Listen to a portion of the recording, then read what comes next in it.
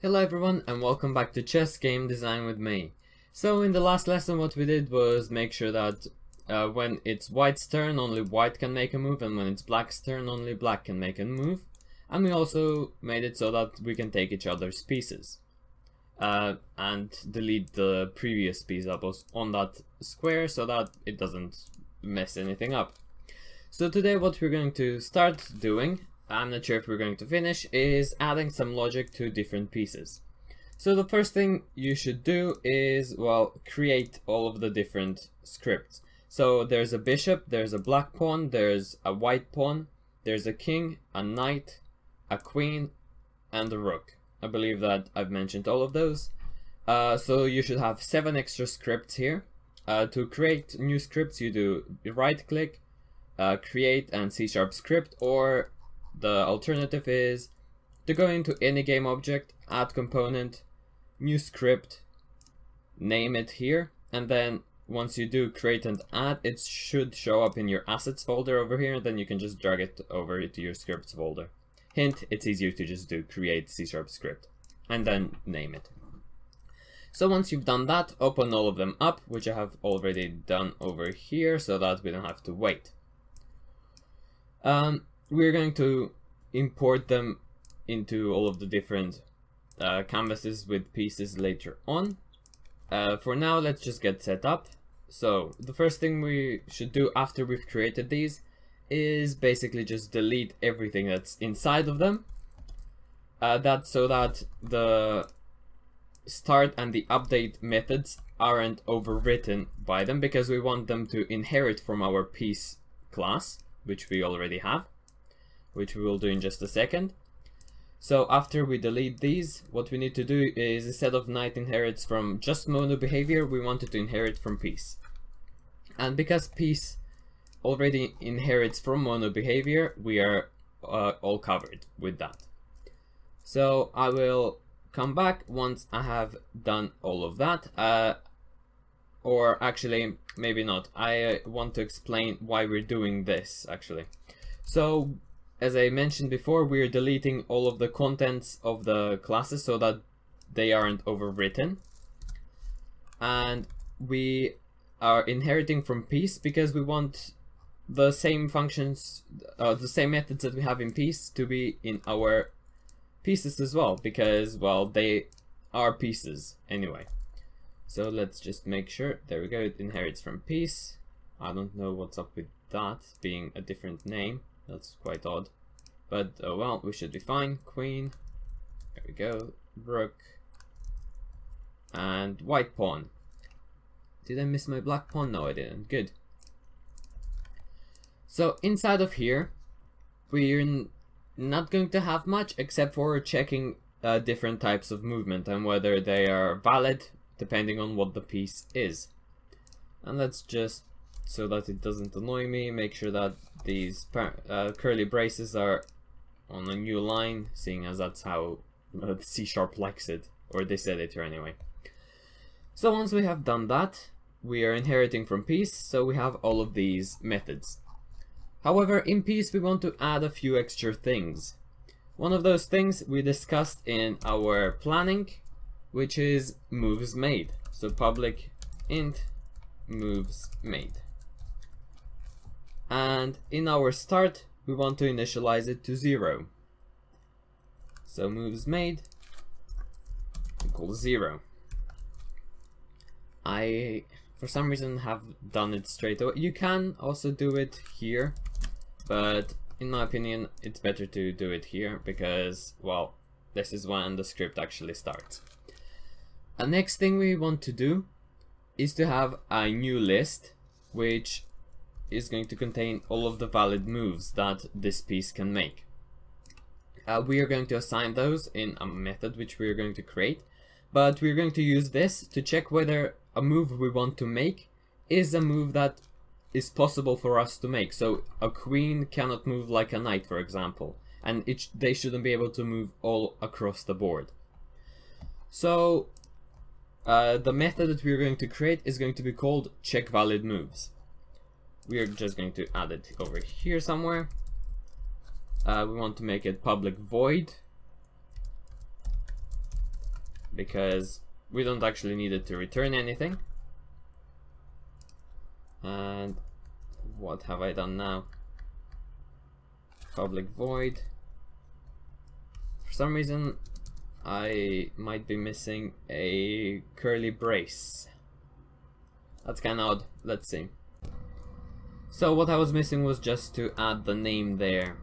So the most important thing about this method inside of piece is to create it first of all, and then to make it public virtual void. Virtual is going to allow us to change it inside of anything that inherits from piece, and also allow us to use, for example, if King's method is different to, because King's method is different to black pawns, through piece we can use either kings or black pawns without calling black pawns check valid moves. So that's the most important thing there. However, I do want to add a bit of extra things inside of here, and what these are going to do is make it so that if I have just a piece, so nothing that is inheriting, that if I just have a normal piece without being a bishop or a knight or so on, then I just want to be able to move it anywhere on the board, and that's what this is going to allow me to do. So what it does is first of all clears valid moves. That's going to come up clearer later on why I want to clear it. Then I go through all of the squares on the board. If there are no children or no pieces on the square, then I add it to valid moves. Otherwise, if there are children and they are of the opponents, I again add it to valid moves. So if they are mine, then I don't add them to valid moves. Else, what happens here is I shade anything that is not a valid move, so that it's clearer where you can move. So what happens, I'm just changing the alpha value here, so I'm making it more transparent. So next thing I want to do is actually make it so that the color of the board here is the same brown here, so that this transparency, by changing the alpha here, is more visible, and the white doesn't just stay white, but it does kind of darken down to a brown. And I think that's going to be it for the piece for now.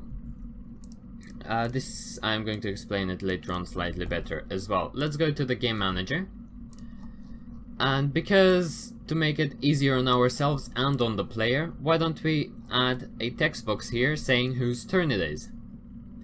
So let's just do that real quick. It shouldn't be that difficult. Main panel, let's minimize everything. We can add a UI object, text.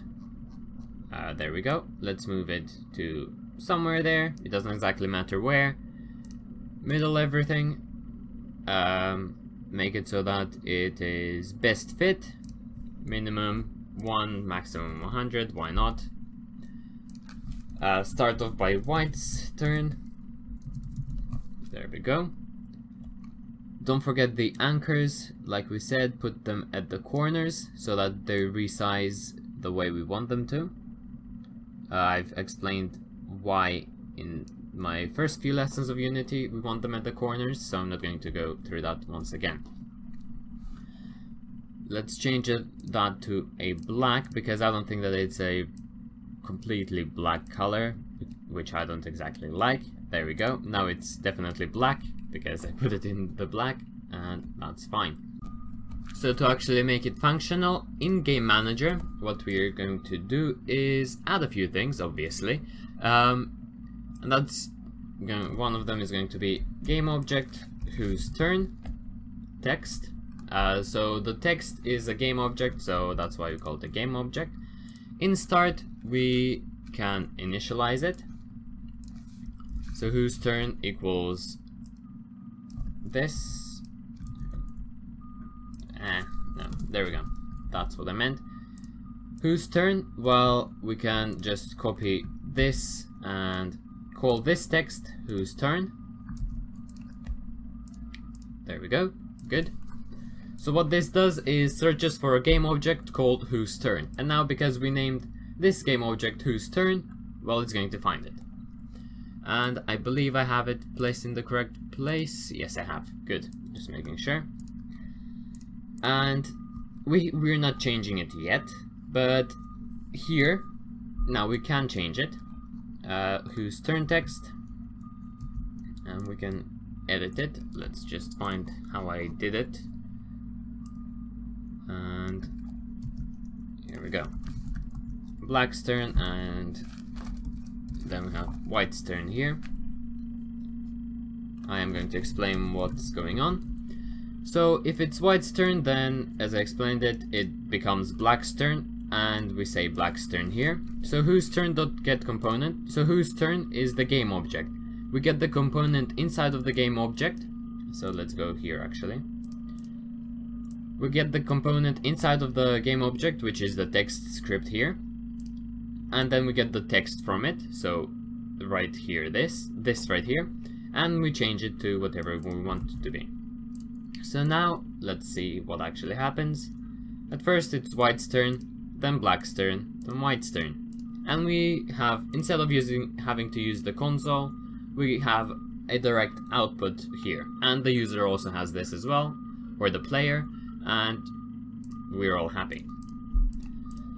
So now I think that we can move on to the pieces, but actually we should probably add logic to Game Manager for how check valid move is going to work as well, because we haven't actually linked check valid moves or the valid moves list anywhere to the board.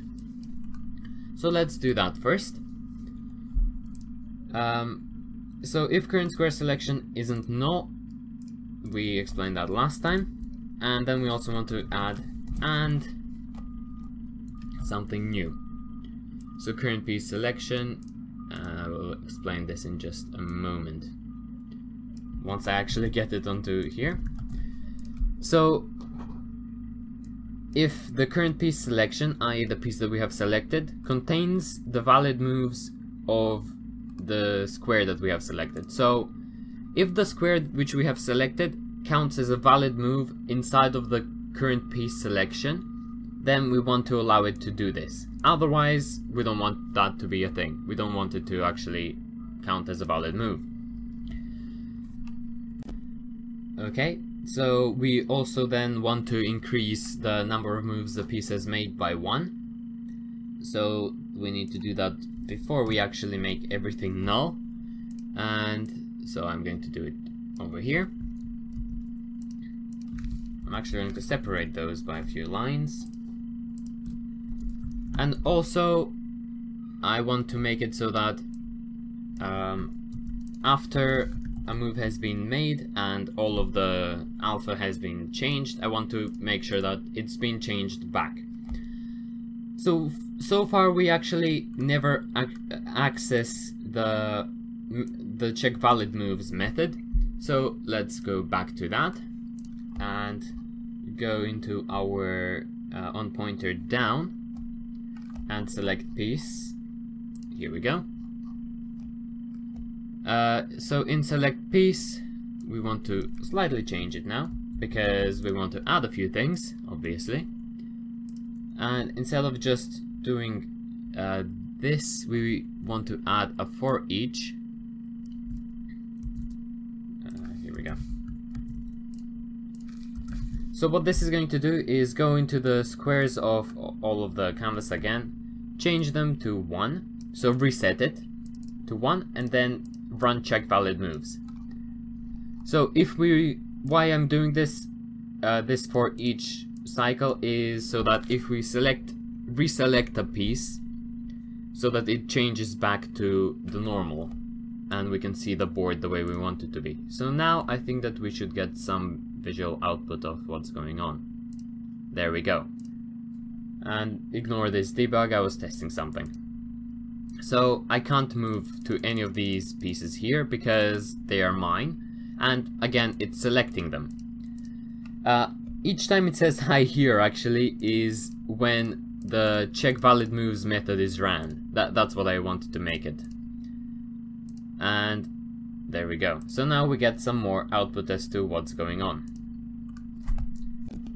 So the reason we have these valid moves clear inside of the piece is mainly so that once a piece is moved and turns have changed and it's again your turn, if you click on that piece, we don't want it to have the old moves, so we want it to generate new moves, so that it doesn't move in the old directions, but in the directions which you can now assign, or like we're reassigning where it can move.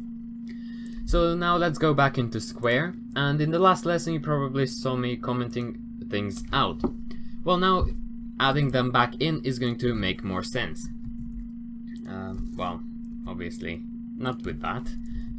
So we want to make sure that if a move is valid, it actually is valid, and we check valid moves. That the current piece selection contains the valid moves of this being the square that we are talking about. And also over here we have the exact same thing. And here in the end, in the else, we change everything back to default.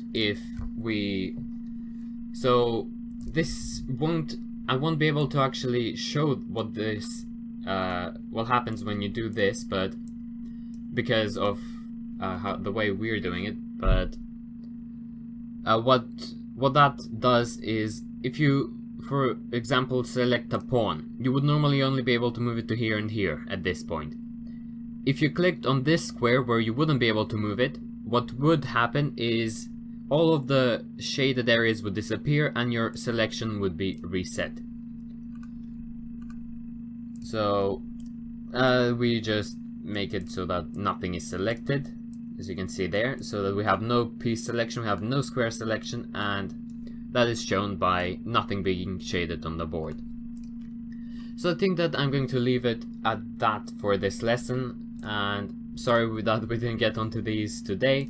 I think that in the next lesson we are going to be able to get onto those, because now we have pretty much covered everything I wanted to cover except for this logic, and we are going to change the check valid moves method inside of these next time. So thank you so much for watching. If you enjoyed watching this video, then please give me a like, share and subscribe. It encourages me to make more videos such as this one.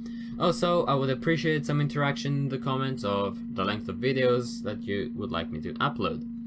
So until next time, thank you so much for watching, and goodbye.